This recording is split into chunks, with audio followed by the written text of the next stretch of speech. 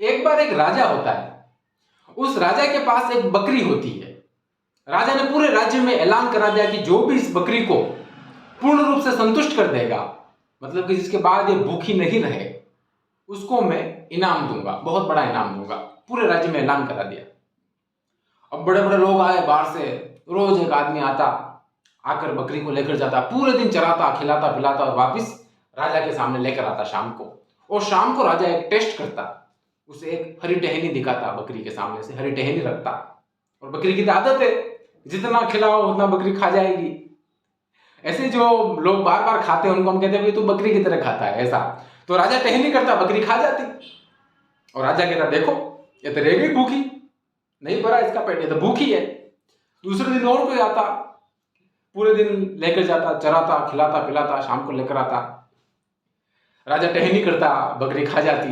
राजा कहता ये तो भूखी है, ये तो भूखी है अभी तक। तो ऐसे मतलब बहुत टाइम निकल गया और एक बार एक महात्मा आते हैं। महात्मा आते हैं तो फिर राजा उनका सत्कार करता है। राजा कहता भाई कैसे आना हुआ आपका? तो महात्मा कहते हैं कि हम आपकी बकरी को संतुष्ट करने के लिए आए हैं। तो राजा कहता है कि महात्मा आप क्यों इस पचड़े में पड़ते हो? आओ, आए हो तो अब 4-5 दिन रुकिए, भोजन पानी कीजिए, हमें सेवा का मौका दीजिए, चले जाइए। आप क्यों इस पचड़े में पड़ते हो? तो महात्मा कहता है भाई राजा सोच लो, और कोई संतुष्ट इसको कर भी नहीं पाएगा। तो राजा कहता है ठीक है, लेके जाइए आप। तो महात्मा उस बकरी को लेकर जाते हैं और साथ में एक लेकर जाते हैं टहनी, वैसी टहनी जैसे कि राजा उनको उस बकरी को दिखाता था। और साथ में लेकर जाते हैं एक बहुत बड़ा डंडा, गंगाराम, बहुत बड़ा डंडा लेकर जाते हैं। उस महात्मा ने पूरे दिन कुछ नहीं किया, बस एक ही काम किया। वो टहनी सामने ऐसे बकरी के सामने रखते, जैसे ही बकरी खाने की कोशिश करती एक डंडा मारते इधर से, दूसरी तरफ रखते टहनी, खाने की कोशिश करती एक डंडा इधर से मारते। पूरे दिन में उसको ये अभ्यास कराया, जैसे टहनी रखे खाए मारे, पूरे दिन ये अभ्यास कराया। और शाम को लेकर आ गए राजा के सामने और राजा को कहा भाई अब आपकी बकरी है जो संतुष्ट है। राजा उसको बकरी की हालत देख के बोलता है कि ये तो मुझे और ज्यादा भूखी लग रही है, ऐसी पिचकी हुई, ऐसी हालत हो गई है इसकी। महात्मा कहते नहीं, संतुष्ट है आपकी बकरी, टेस्ट कर लो आप। तो राजा टहनी रखता है, ऐसे सामने करता है, बकरी टहनी को देखकर उस तरफ मुंह कर लेती है, इस तरफ रखता है वापस उस तरफ मुंह कर देती है। पूरे दिन का अभ्यास है भाई, कैसे खाएगी। अब राजा उसका बकरी का जो चेहरा पकड़ के ऐसा करता है, मुंह उसको टहनी के पास रखता है पर बकरी खाए ही नहीं। अब राजा सोचने लगा कि यार ऐसा कैसे हो गया, संतुष्ट पूरी तरीके से खाए, मतलब बिल्कुल खाने का नाम ही नहीं ले रही बकरी तो। महात्मा कहते हैं कि चलो हमारा इनाम दो। राजा कहता है कि हम इनाम तो आपको दे देंगे, लेकिन ये बताओ कि आपने किया ऐसा क्या इस बकरी के साथ, क्या किया आपने? तो महात्मा कहते हैं कि मैंने कुछ नहीं किया, मैंने बस इस बकरी का जो ध्यान था उस टहनी के ऊपर वो हटा दिया, इसका ध्यान हटाया है मैंने। तो ये जो घटना है कोई वास्तव में घटित घटना नहीं है, ये काल्पनिक है।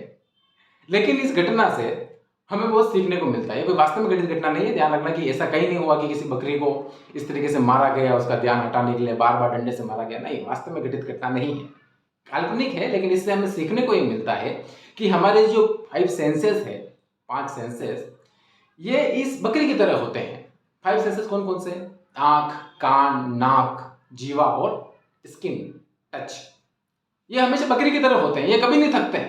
अब कानों को जितना सुनाओ कान सुनता रहेगा, कभी नहीं थकेगा। आंखों को जितना दिखाओ, जितने दृश्य दिखाओ, आंखें हमेशा देखती रहेगी। नाक से जितनी खुशबू लो, नाक खुशबू लेता रहेगा। जीभ को जितना स्वाद दो, जीभ खाती रहेगी, जीभ एकदम टेस्ट करेगी। पेट भर जाएगा, जीभ नहीं रुकेगी, जीभ नहीं थकेगी। स्किन, जितना आप टच करो, किसी और का स्पर्श करो, कुछ भी नहीं करो, कुछ भी करो, ये जो स्किन है ये थकेगी नहीं। ये जो हमारी 5 सेंसेस है, 5 इंद्रियां है, ये होती है इन बकरी की तरह, कभी नहीं थकती। तो ये उस रेफरेंस के अंदर है। अब प्रश्न ये उठता है कि फिर इनको संतुष्ट कैसे किया जाए? वैसे बहुत से रास्ते हैं, गीता में श्री कृष्ण भगवान ने बताया है और बहुत से लोग बताते हैं, बहुत से रास्ते हैं।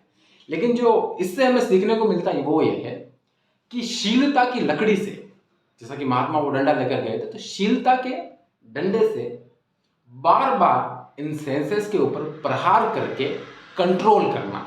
मैं कंट्रोल वर्ड यूज कर रहा हूं क्योंकि संतुष्टि पूर्ण नहीं होती, इनको सिर्फ कंट्रोल किया जा सकता है, एकदम स्थिर किया जा सकता है कुछ टाइम के लिए, ऐसा रेगुलर अभ्यास के द्वारा। बस यही है इसके पीछे का सार। Thank thank you so much, love to all.